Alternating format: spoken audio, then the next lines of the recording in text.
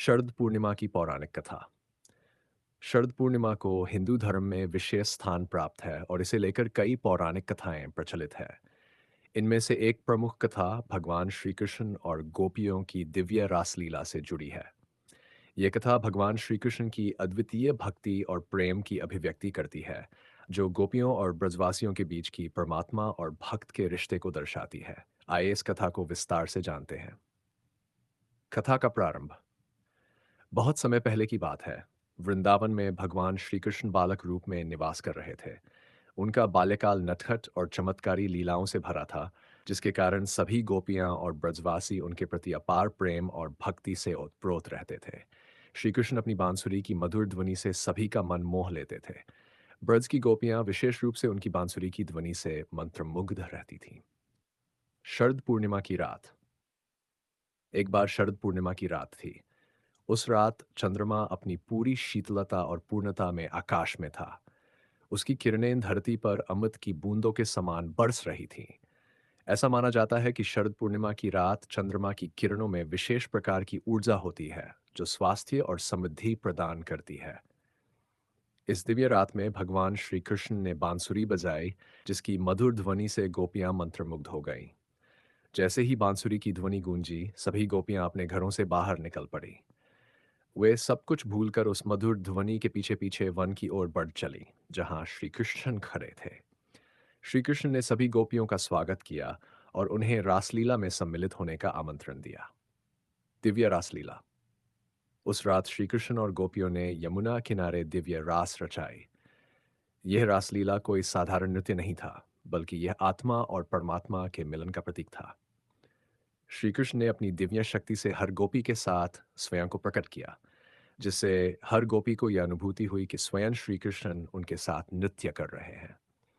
यह दृश्य इतना अद्भुत और दिव्य था कि देवता भी इस रासलीला को देखने के लिए आकाश से निहारने लगे।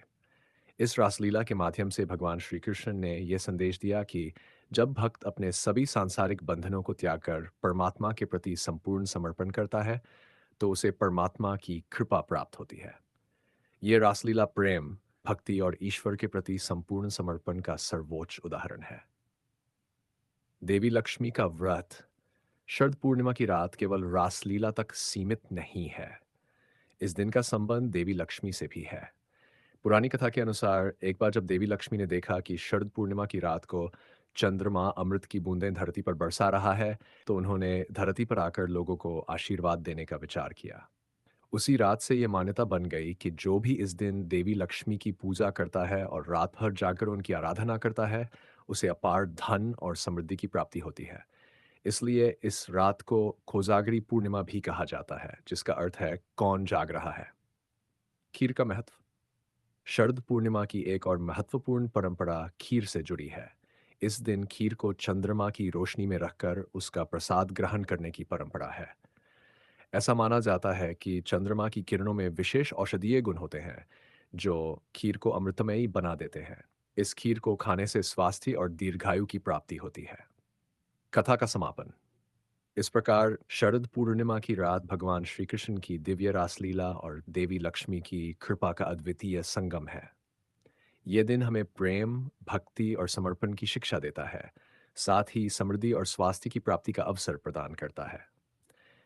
ये पर्व केवल धार्मिक दृष्टि से नहीं, बल्कि वैज्ञानिक दृष्टिकोण से भी महत्वपूर्ण है।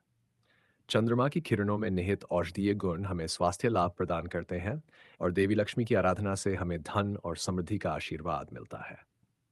इस कथा का संदेश शरद पूर्णिमा हमें सिखाती है कि जब हम अपने जीवन में प्रेम, भक्ति और समर्पण को सर्वोपरि रखते हैं, तो हमें ईश्वर की कृपा प्राप्त होती है। जीवन में सुख, शांति और समृद्धि प्राप्त करने के लिए हमें सच्ची भक्ति और ईश्वर के प्रति संपूर्ण समर्पण की आवश्यकता होती है।